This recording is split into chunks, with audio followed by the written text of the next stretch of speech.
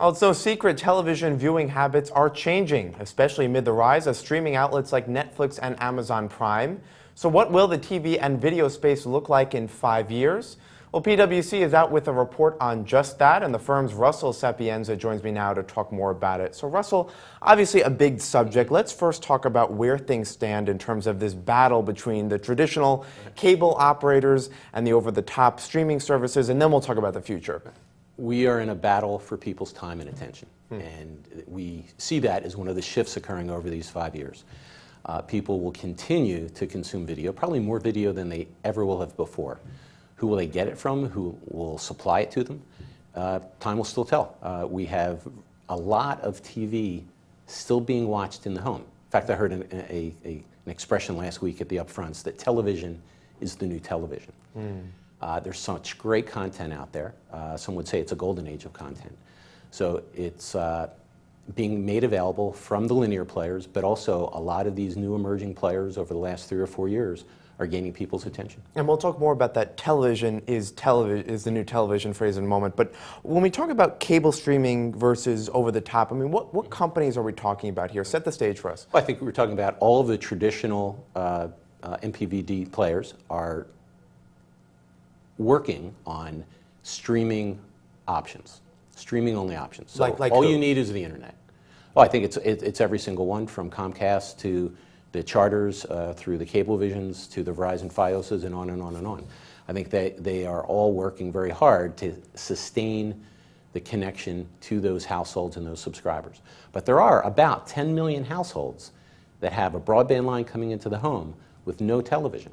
And that's the field of play that everybody's diving into, those 10 million incremental additive households. So the PwC report focused on a 5-year outlook for the TV and video space. So what were some of the key takeaways on what things will look like then?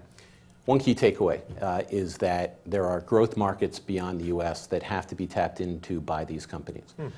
We used to monitor about 30 countries or 30 markets. We're now up to 50 plus, 54 or so markets. Wow. Where media is taking hold. We're seeing it in markets where the middle class is continuing to emerge and evolve.